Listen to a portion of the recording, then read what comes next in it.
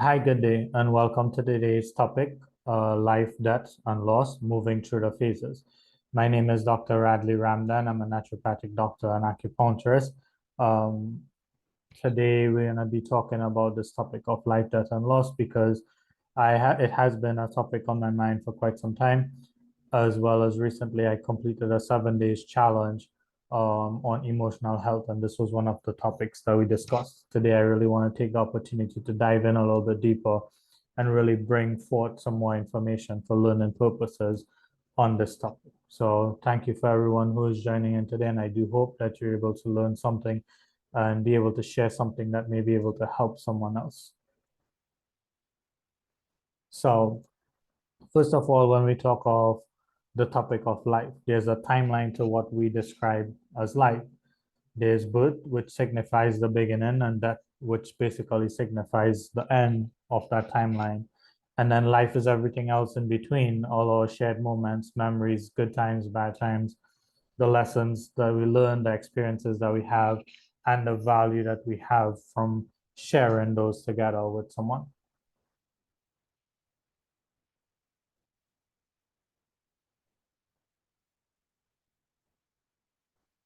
So why is the topic of death a difficult topic to address? As a culture, oftentimes we live more in the fear of death than actually allowing ourselves to live. We try to think that it would not happen as a means to just suppress the thought of death. So it makes it difficult for some people to bring up the topic of death. Also, the topic of death brings up mixed emotions and feelings. So we have things like anxiety, fear, awkwardness, sadness, and anger. These are some of the emotions and feelings that are associated when we bring up the topic of death. So thinking about what can we truly lose, we could only really truly lose something that we held value to, whether we see it in that moment before or we only see it after we lose it. But it's something that we have to have had some type of value to in order for us to really consider ourselves that we lost something. So remember that we don't have to lose the value of what we lost. When we experience loss, we have to go through a period of grief. This period could vary from person to person and situation to situation. The goal is basically to allow ourselves or yourself the chance to go through that process. So the next topic that I want to talk of is stages of grief. There are different stages of grief um, here that I discuss. For the purpose of this, I'm going to be doing it in the 7 stages of grief. With this, there is not always a specific particular order that it happens. Some people go through different phases and some people skip some of the phases. But again, for the general purpose and knowledge of this presentation, we're going to use this 7 stages of grief. So first stage is the shock and denial stage, where we go through that phase of being emotionally numb and we basically denying the loss of whatever it is or whoever it is that we may have lost. Next, we may go through the phase of pain and guilt.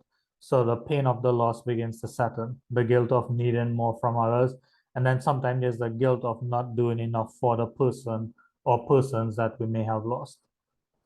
The next stage could be anger and bargaining. So sometimes when we lose someone, we begin lashing out at God. We blame God for losing this person and ask question like, why is it that we have to lose this person, or why we have to lose these group of people? We question the higher power, we question doctors, family, friends, or even ourselves for not doing more. What else could we have done? And we start holding that anger towards these groups. Also, sometimes we bargain for life. So we tell God, it's like, give this person extra life so that we could have more time with them. I would stop doing this if you give that person their life back, for example. So those are steps and ways that we go through that phase of anger and bargaining. Next phase or next stage is the depression and loneliness, where one begins to have that sensation of feeling lonely and become depressed. They begin to realize the reality of the loss and the value of the loss that they have. On the positive side of the stages of grief, it's beginning to where you have that upward turn. So you begin to adjust to your new life. You understand that there is that loss that is there, but you begin to adjust to that new phase of your life without that person being there. The intensity of the pain from the loss becomes less. And then we start feeling calmer about the situation. We feel like there's an opportunity sort of for us to move forward or move back up to where we were before. Then there's the reconstruction and working through phase. So making steps and taking actions to move forward and resolve any issues created by the loss. And then the final stage of grief is basically the acceptance and the hope phase or stage. So this is where we have true acceptance of the loss. We have a sense of hope in moving forward, and we go through that phase of realizing that you can move on without losing the value that we gain from the person that we lost. So how do we deal with the topic of that? One of the simplest answers lies in the way we look at life and how we live our lives simply. So if we live life each day as is our last, if we live life like it's the last day we have with our loved ones, and live life as if we're writing our own eulogy, this is a way that we could help ourselves prepare for our death as well as the death of someone close. It's not always easy to prepare for it, but by doing these things, we allow ourselves a certain amount of comfort, a certain amount of living and really enjoying life for what it is and appreciating life. So when that time for that come, we have created good memories for others, and we have created good memories with others that we could remember them by, or they could remember us by. So there's a quote here by Norman Cousins. It says, "That is not the greatest loss in life. The greatest loss is what dies inside us while we live." So again, when we try to prepare for that part of it, it's really focusing on how we live as well. So sometimes we have the opportunity to go through a phase where we know someone is going to die, right? Sometimes it's from chronic illnesses, different types of sicknesses, maybe an accident, but it's a stage where you have a certain amount of comfort to see that person transition out as opposed to a very sudden death. So some of the changes that we might see in a dying person is changes in eating habits, sleeping patterns, sometimes there's things like delirium, hallucinations, and agitation. Sometimes there's personality changes within an individual. Sometimes individuals do things to push their loved ones away, and sometimes they take an opportunity to try to get closer to their loved ones. This is my personal belief, is that sometimes people do know when that time's coming around, and the reason that they try to push away their loved ones is because they think by pushing someone away, it would make it easier for them to sort of go through that grief process. And I don't always think that that is the best way that that happens. Sometimes taking that opportunity to actually get closer to your loved ones, it might make it more difficult initially, but I feel like it would help to break a lot of the different stages of the grief in terms of having resentment, anger, regret about certain things. When we try to live that life with that closeness to each other, it gives us an opportunity to prevent a lot of those extra stages of grief. And it gives us that opportunity to have still go through grief, but make it an easier transition to go through and get through that to that point of hope and acceptance, basically, and that final stage of grief. So what can we do if we know someone who is dying or terminally ill? Take that opportunity to help the individual relive the great memories they shared with you and others. Again, a lot of times we share experiences with people. Sometimes we have good experiences and bad experiences. But the more that we take that opportunity to help those individuals relive the happier moments and the greater memories that we shared with them and they've shared with others, it gives them a sort of extra comfort in that time period where they basically transition in and out of what we call life, basically. I am a big on promoting forgiveness. I believe that forgiveness is a big part of life and a big part of the healing process, however, or whatever type of healing that we do. So one thing I recommend is that working on forgiveness with someone that you know is dying, asking them for forgiveness and forgiving them, both for the person dying as well as for you. So this is basically saying where if you have done something wrong that you think that you may have done wrong, ask them for forgiveness. If you think they may have done something wrong that you were offended by, take that opportunity to sort of forgive them. And that gives you, again, that opportunity when you go through that grief for not holding on resentment or anger or any type of frustration during that period. So sometimes forgiveness gives us that opportunity to let go of things that we may be holding on to and hold on to after this person passes away. So again, forgiveness might be a big opportunity to help you in the grieving process and preparing for that grieving process. Also resolve any inner conflicts that the individual may have or feel the need to deal with. So sometimes families have issues, friends have issues between themselves, and they have little conflicts that they separate and they segregate themselves for whatever reason. And they may hold like strong beliefs that whatever they did or however they did it was the right way. And sometimes as an individual get closer to life and understanding that they wish they had more time, they said some of these conflicts might come up, and giving them an opportunity to help resolve those things could always be important. So for example, if you know two family members who have had a fight or two friends that had a fight, and the dying person or the terminally ill person really wants to reach out or talk to that person, take that opportunity to make that connection. Or even if it's vice versa, where you know that that dying person um, may have had a issue with someone else, and that other person really wants to make amends of that situation, giving them that opportunity to communicate that with that person might be beneficial, again, even to help with the grieving process later on. So honest listening is one of the best medicine that we could offer the dying and the bereaved. So again, giving them that opportunity to share their stories and just listening to them, being there for them, it's important. Similarly, when someone is going through that phase of bereavement, sometimes just honest listening and giving them that opportunity to speak is a very healing tool in that time and space. So how we look at that can affect how we move on and live during this process. So allow yourself the opportunity to go through the emotions. Emotions will come up when we lose someone, because again, once there's that value to someone or something, when we lose it, there will be emotions that would come up. So giving yourself that time and opportunity to allow those emotions to be processed and go through, it's important. Take time to grieve, but avoid getting stuck in the element of grief. So that is saying that everyone's process is different. Some people need more time than others, and taking that time is important as opposed to just suppressing it.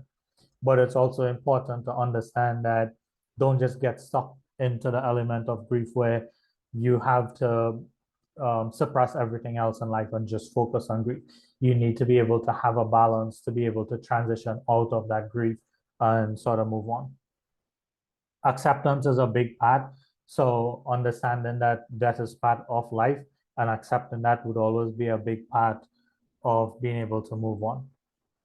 Remember the good things, the lessons, and the values of your loved ones, and allow that memories to help you move on. So the value that we hold to the ones that we love, the lessons that we learn from them, and the great memories that we shared, the more we resonate with those things, it would bring back those happy memories.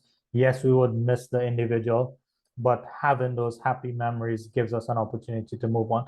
The lessons that they may have taught us through their lives would be important in helping us move on, that we can apply them and utilize them within our lives. So it would give you an opportunity basically by doing these things to really pay honor to those that we've lost.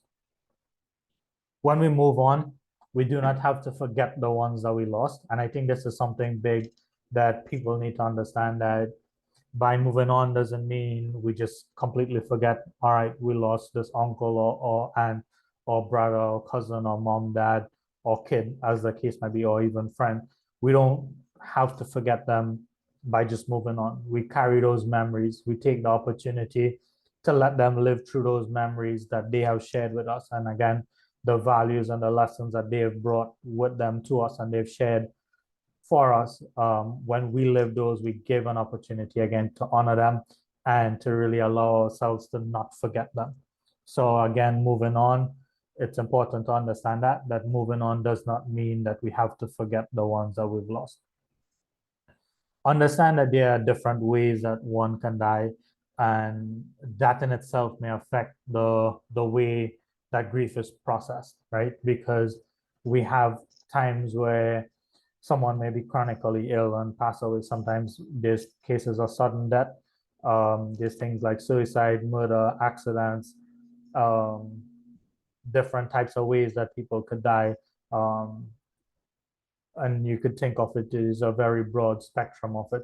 Sometimes it's a natural death, but it's also a very sudden death where you've not known this person to be ill at all, and then suddenly they go to bed and then they never really wake up, or they just fall ill, and within a matter of days or sometimes hours or minutes, they pass away.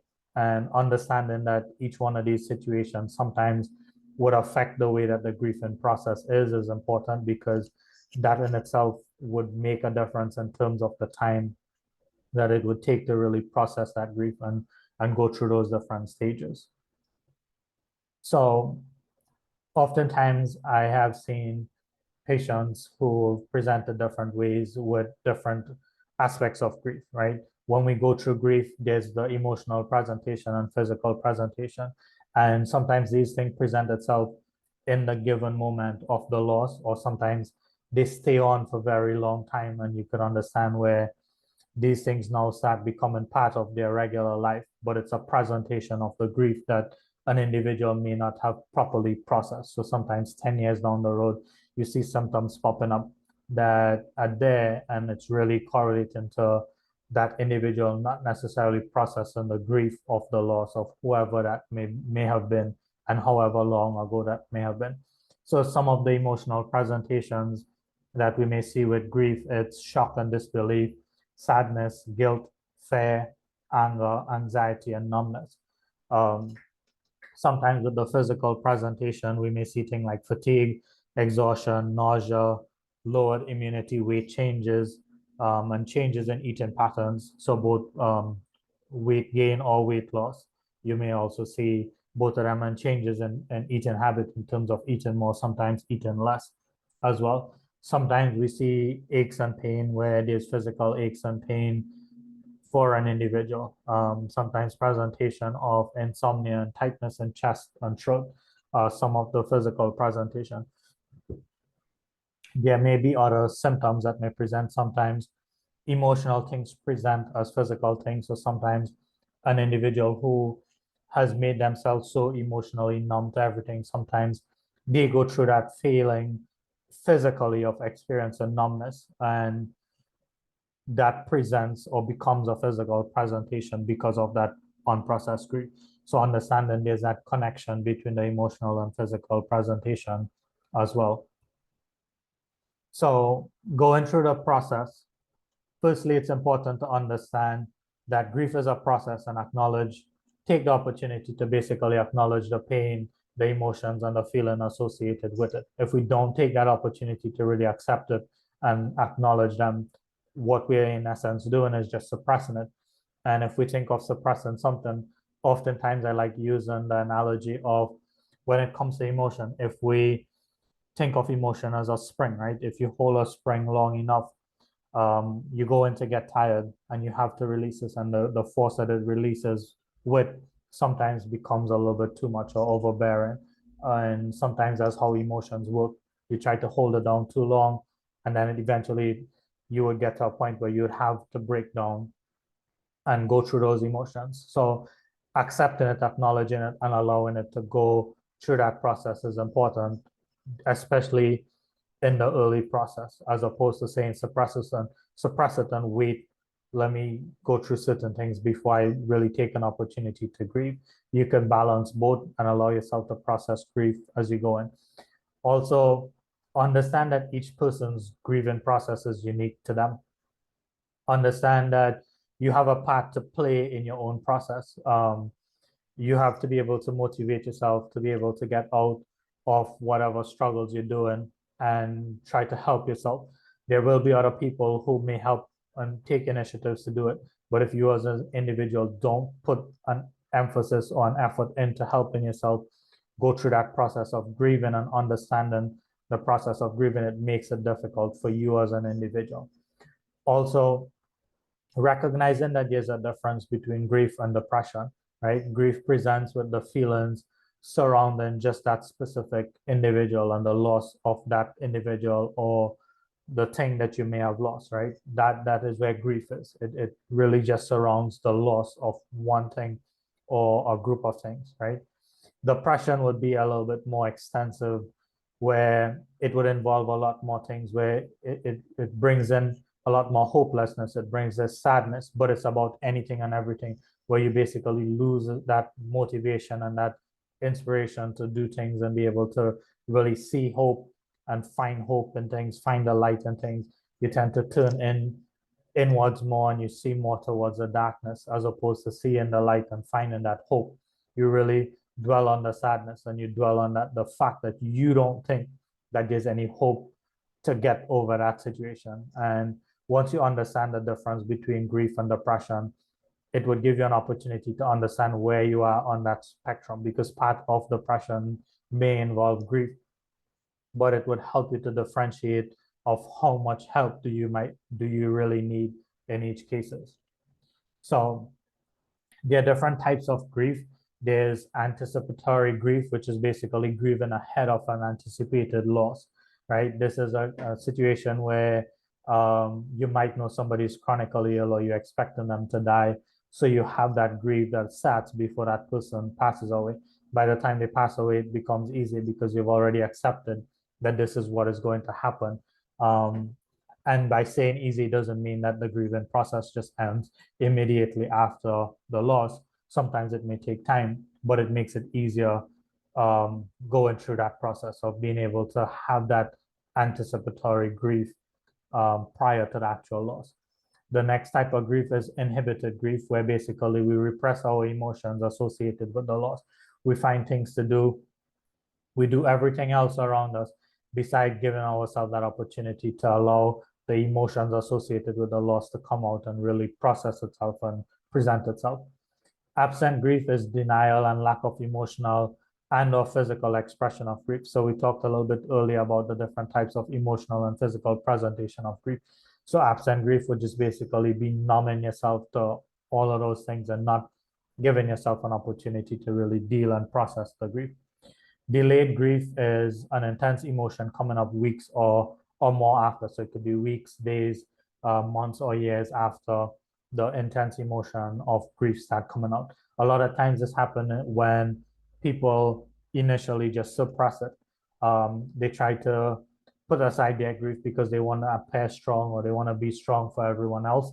So they really hold in or they internalize their grief and they suppress it so much that eventually it comes up down the road, weeks, months, or years later, as the case might be. So understanding that there is something called delayed grief, being able to understand that would help you understand sometimes when these things happen, it is normal, but it's not something that you really want to do.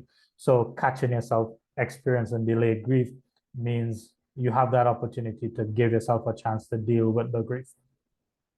The next type of grief is disenfranchised grief. So this is loss that society may not fully acknowledge or find worthy of grief or consider to be a necessarily like a significant loss.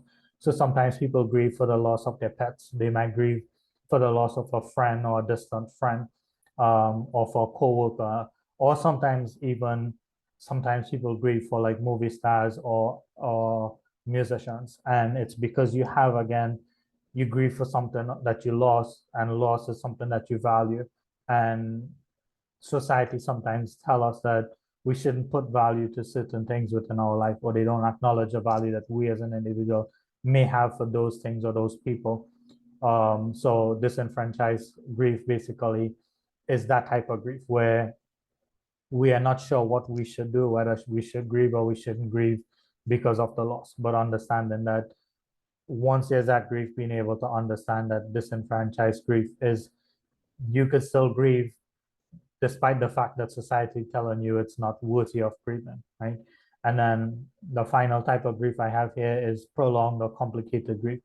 Basically, the pain takes long to be reduced and you start restricting yourself in resuming your daily life and daily relationship. We put up boundaries around ourselves, we lock ourselves into everything, and we take a lot longer than it should really be to move on.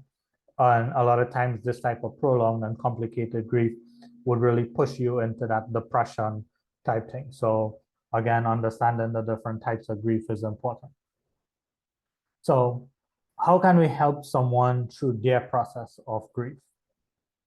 Firstly, we must understand that the grieving process is unique to each individual. Their connection to who or what they are grieving, as well as the situation surrounding the respective loss, may affect the process of grieving. So again, remember I said before that there are different ways that someone may die. It could be immediate or sudden death, or it could be unanticipated or expected death. So all of those things would play a part. The connection that we may have had with that individual would also play a part in how our grieving process would be for those individuals. So some people have closer bonds to others, and those types of stronger bonds sometimes might make it more difficult for the grieving process. Sometimes, again, just like I said earlier, sometimes people have their little rifts between them, or incidents between them, that they sort of separated themselves from each other. And those types of separations, sometimes when that loss comes about, those separation types makes it even more difficult, because now they go through those phases of grief where they really wish that they had more time. They wish that they could have make amends with that individual before. So all of those things would really affect the process of grief. So again, understanding that every individual has a unique way, and each individual situation itself would bring about a different type of grieving process. So you may grieve for one loss one way, but another loss might be a completely different way that you process grief as an individual. So again, understanding that when you're helping someone go through those process of grieving, that every individual case and every individual person may have a different way of going through that. Saying kind words and offering support is always important. I'm sorry for your loss. Accept my condolences. My thoughts and prayers are with you. I'm here to offer my support in whichever way that I can. Those are always good things to say to individuals during this process. Also, understanding the individual and knowing the individual and knowing your relationship with the individual would also help in determining which type of words that you want to use and the way that you would say it, basically. Sometimes just being physically present and showing that you care and support them is important, because sometimes people just need the company to allow themselves to be able to grieve. Being present and just listening to them share their stories is important as well. And sometimes, again, just sharing stories with them about the individual and great memories that you shared would help that process as well. Next, respect their space and their time for this process. Again, like I said, everyone's a different process. It's always unique to the individual and the situation. So taking that opportunity, respect their time and space for their grieving process is one way that you could actually help them. And grieving is part of the healing process. So by just supporting them and allowing them to do it on their own, it's important. And again, the healing process in grieving is dependent on the individual. They have to go through that process on their own. So again, sometimes listening to stories, sharing stories are things that you could do as an individual to help, and more so positive stories to really help individuals go through that process of grieving. Offer a shoulder for someone to cry. If someone's crying, it's not always the best thing to say, or don't cry, it's going to be okay.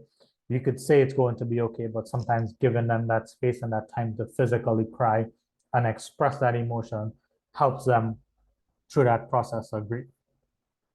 So now this here, finding ways to move forward, it's more so if you as an individual is dealing with the grief and going through that grieving process. So grow and utilize your community. You have your friends, family, co-workers, religious groups, etc., that you may have around you, neighbors, etc. Utilizing these community as an opportunity to help you move forward is important, because we are, as human beings, we thrive on community and society. And having people around us gives us an opportunity really to feel more comfortable and to give us that space and time to move on.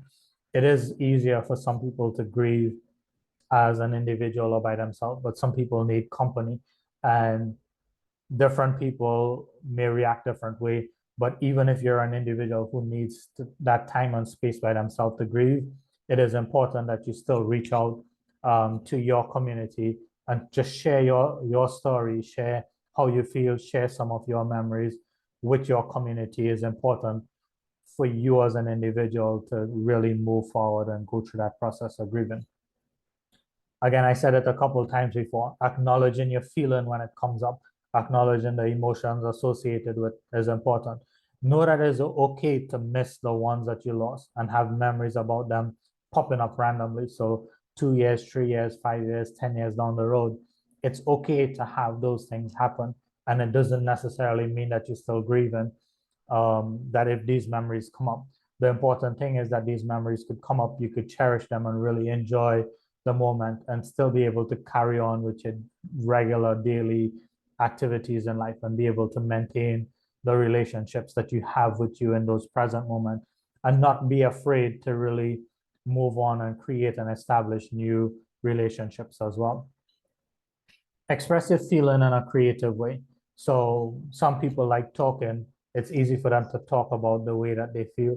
But I, as an individual, I like writing a lot, and I've used writing a lot as a means to help me. I've used it to help patients. But putting your feelings, your thoughts, and your emotions into a creative way allows you an opportunity to really express it and process it. So writing, coloring, drawing, painting, talking, listening to music, playing music, singing, dancing, some type of creative way with the thought process of those emotions and those feelings becoming part of what you're doing and really expressing it would give you an opportunity to process grief and really give you that opportunity to move forward. Make and maintain a routine. It's important, especially after the loss of something, to have a routine because that gives you an opportunity to break the cycle of going into depression, right? Doing things that you love, hobbies, interests, etc. are all things that are important. Sometimes we go through the phases of some of the things that we love are things love doing are things that incorporated the ones that we've lost. So it makes it a little bit of a challenge to really maintain that routine or to do those things. But in honoring those that we lost, it is important to really move on. And when we move on and we cherish the values of those things, it gives us an opportunity to move forward, but it gives us an opportunity to really, again, honor the ones that we lost, as opposed to just grieving and saying that we can't move forward without those individuals. So again, make and maintain a routine, doing things that you love, even though if it involves things that other people may have, the ones that you've lost, has been part of your life. So if you love traveling and that person traveled with you, take that opportunity to travel and take those memories. When you travel, take an opportunity to say, listen, because of this person, I'm inspired, I'm motivated to do this. It might be something that they have also loved, and by you doing it, it's giving you an opportunity to really reconnect with those memories about them as well. So again, like I say, important to make and maintain a routine and do the things that you love. Avoid letting others control how you should feel and avoid taking that opportunity to try to control others and how they should feel, right? Again, remember the grieving process is an individualized thing, right? So you as an individual have the way that you may process grief. Another person would have their own one. So you shouldn't try to control them or you shouldn't have them try to control you. Allow it to be an individual process again, but still utilize the community to share those stories and be part of that process of going through it. Supporting your 6 aspects of health. I like thinking of a whole health approach with 6 aspects. So that's the reason I say support your 6 aspects of health. So there's the physical aspect, emotional, mental, social, environmental, and spiritual aspects of health. So do things physically, the things that you eat, exercise, all of those things would play part in the physical. Emotional and mental health, take times to do things that you love, support those things. Social, be part of the community, allow community to grow. would be part of the social. Environmental would also include our physical environment in terms of the way we stay, the place that we stay. Sometimes we get so depressed that we just allow things to build up and we create that dark environment for ourselves. So supporting the aspect of the environment from that cleaning up our space, giving ourselves that opportunity to go out in the light and walk around, move around, allows us to break that cycle and really move on. And then the spiritual aspect of health really is however do we connect to the higher power, whichever way that we do, take that opportunity to nurture it and really be thankful for having that and do a little bit on each aspect throughout the day would allow you really to support each one because they all play a part in connecting to each other and they would help with your overall health. Plan ahead for grief triggers. So grief triggers would be things like anniversaries, in terms of anniversaries of events that you may have had, anniversaries of the death itself, anniversaries of birthdays, events that you may have shared together. If it's a married couple and you lost your husband or your wife, sometimes just the anniversary of that person, their birthday or your birthday might become a trigger in itself. Also, sometimes places and different things, music or song might be a type of trigger. So if you know that you could anticipate you going into those things, plan ahead that these things will be there, have company around you to help you go through that process and share those triggers with other people. So if you know, for example, the birthday of someone that you lost, it's coming up, share that with someone else and say, listen, my best friend who I lost recently, his birthday is coming up. I really want to honor this person and take the opportunity to be there. But I really want to have people around me so that I don't go into that process of depression and over grieving. So by planning and putting things into place to help you do that, taking an opportunity to just write your feelings about that before that event would make it easier when those specific triggers are there so that it doesn't trigger you pretty much down a rabbit hole and you have control of the way that you're able to process it. So again, plan ahead for grief triggers. Don't be afraid to seek out professional help. A lot of times people find it difficult to reach out for help. They think that because they lost someone 10 years ago or 5 years ago, they don't need help, but they still hold on to the grief and they don't realize it. So sometimes it's important to seek out professional help because that's how you'll be able to find out that this is what you're really dealing with and this is how we could help you move forward and sort of break out of that cycle of depression and that extended or prolonged grief and give you that opportunity to really move on. And focus on valuing what you have rather than what you had. But give yourself the time and the space to reflect and remember the good things about the past and allow it to inspire you to value the present. So when I say, like I said in the past as well, when we lose someone, we don't have to lose the value of that person or the memories that we share with them because we move on in life. Taking those values and moving forward with them is important, but don't just dwell on those values. Don't only say, I'm only focusing on the value of what I lost. It's just important to be present in the moment and try to value also what you have, so that you could allow yourself to really move on and appreciate that. Because sometimes we start focusing on the value of what we lost. We don't realize what we have in front of us, and then we start losing what we have in front of us, and then we start grieving and focusing more on the value of, oh well, now we lost this one because I didn't have time to spend with this one. So having that balance between both of them, what you have and what you had is important, but focus a lot more on what you have, giving yourself that opportunity to really move forward and reflect, remember the past, but don't just dwell on the past. Allow it to inspire you and really move on, value the present and prepare for the future. So I mentioned earlier that I like writing, and I use writing as a tool very often to help patients and clients go through their process of trauma, PTSD, grief, whatever it might be. This is a writing that I did when one of my cousins passed away in 2016. And the title, again, before I read it, I want to say that when I say writing, it doesn't have to be one specific way. You could choose whichever style of writing that you want. The important thing is that you connect the emotions from it and really allow it to flow through whatever it is. Style of writing. So it could be journaling, poetry, short stories, just random words that you want to write. However it is, same thing with painting, coloring, drawing, music, whatever it is, as long as there's that emotions that you put into it is what gives you that opportunity to really process how you feel and allow you to go through that grieving process. So this poem is entitled The Inevitable Promise of Life. I once thought I truly understood what made life. In search of the truth included walking on a knife. There was something that we all know to be true, sure of it as the sky can be blue.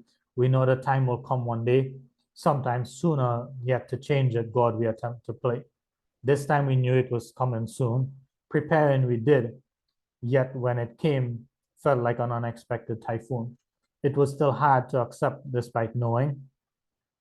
Another example of life winning and its way of showing the inevitable promise of life being that when is it coming, I guess we would make would be a losing bet. Preparation for it is only one part. Another is living it to the fullest of the heart. Sure enough to fulfill this inevitable promise of life, we have to live it. What we do at the time, including enjoying every little bit. To this inevitable promise of life, we have to live for. Within the time we have to live, we make more. In the end, life gives us all we need. It's our choice to fulfill all of life's inevitable promise, indeed. So again, everyone has an opportunity to write something, share something that helps them go through that process. So this was something that I wrote again after the loss of my cousin, um, who died of cancer, and basically seeing him go through that process of dying. So again, I use the opportunity of writing in this style. It doesn't mean that that is what you have to do. The important thing is finding a way to do it that makes it individualized to you. Again, the important thing is that you find a way to process it and really allow it to go and move forward. So in closing, I want to say, or basically say a quote by Natalie Babbitt: don't fear death, fear a life unlived. You don't have to live forever, you just have to live. So thank you very much for everyone who listened to this entire presentation today. Feel free to subscribe to my channel, like, share, and comment on this post. If there's any other topics that you may like me to discuss, or you feel that I might be helpful in sharing, or you would like my thoughts on, feel free to leave it in the comments or send me an email at universaltreehc@gmail.com, or message me on Facebook or Instagram at Universal Tree Health Clinic. Again, those are ways that you could contact me if you want to share any information, if you would like to work with me. Those are my contact information. I also published a book called Trauma to PTSD: Root Causes to Healing Branches, that basically talks about trauma, understanding the roots of it, and talking about different ways that we could really heal and move on from PTSD and trauma. So the website to that book is www.traumatoptsd.com.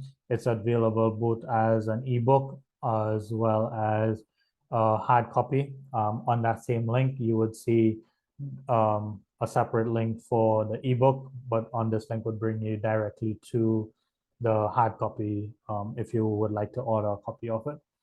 My website is www.drradleyramdhan.com, and on Discord I have a channel that is called Dr. Radley Trauma Healing. So the website or the link that you could use is tinyurl.com/Dr. Radley Trauma Healing.